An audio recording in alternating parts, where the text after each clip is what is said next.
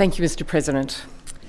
I thank the member for bringing this regulation to the attention of the House. I think it's important that we consider it. I indicate at the outset that we will not be supporting the disallowance, not because we think that this is an excellent regulation, but because we recognise that were this regulation not to be in place, the situation, particularly of female prisoners, would be significantly worse than it may be at present.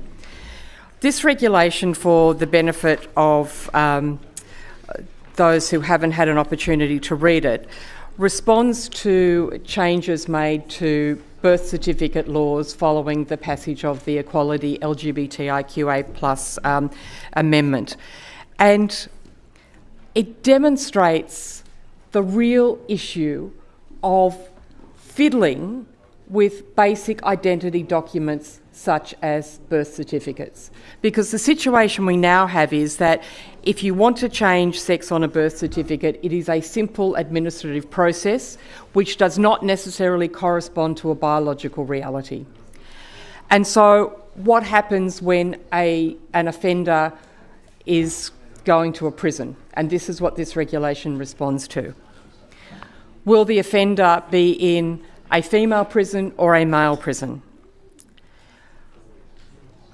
The birth certificate, this regulation makes clear, is no longer a reliable guide to that classification. In fact, the regulation makes clear that in classifying whether an inmate is to be a male or a female inmate, it is not necessary that that decision be consistent with one or more of the following: the sex of the inmate recorded on a birth certificate or other identity document. In other words, the government's legislation has broken birth certificates. They have become meaningless documents in terms of identification of sex. If the government's own regulation is saying to its own prisons that when you come to classify whether an inmate is to be housed in a male or a female correctional facility, ignore the birth certificate, they are recognising what they have done in this legislation. And of course, then we start to think, what else should we be changing in birth certificates?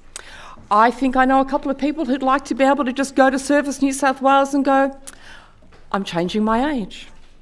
It's my 25th birthday next week. Who'd like to come? There'd be others who'd like to put their age up. They want to become 18 so that they can drink legally.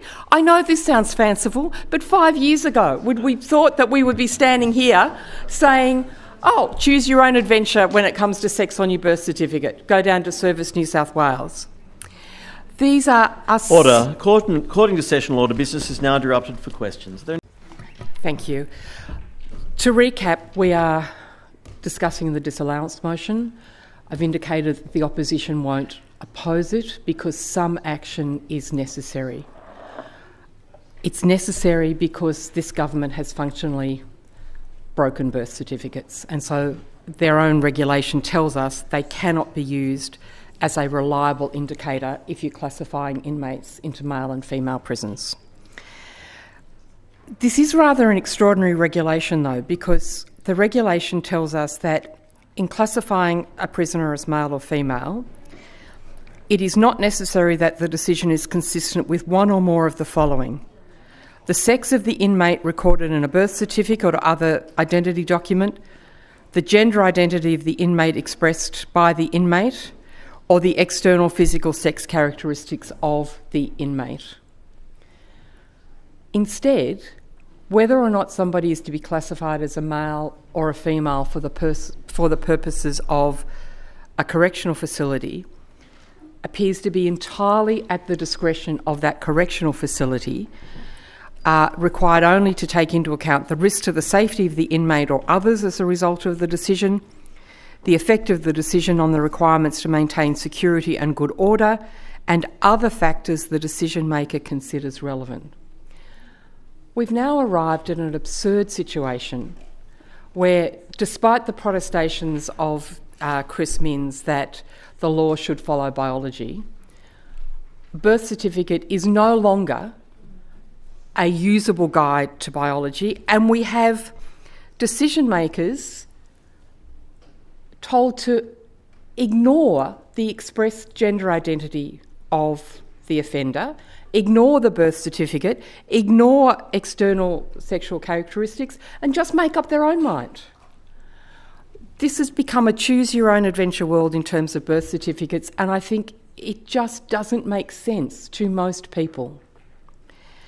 As I indicated before, birth certificates are important documents. They should mean something. If it is a simple administrative process, you go to Service New South Wales, you pay $60 odd, and the hardest thing about paying your gender is waiting in the queue at Service New South Wales, then what are we saying to people about what is it to be male or female? What are we saying about gender identity? And what else are we going to be able to change on our birth certificates? We won't oppose this because the risks, especially for women in prisons, are too great. We know the examples from Victoria, we know the examples from Scotland, we know the examples from England, where already vulnerable women have been traumatised and attacked because of people who have been housed in those prisons. Something is necessary, but the fact that something is necessary indicates how broken our laws have become because of the work of this government.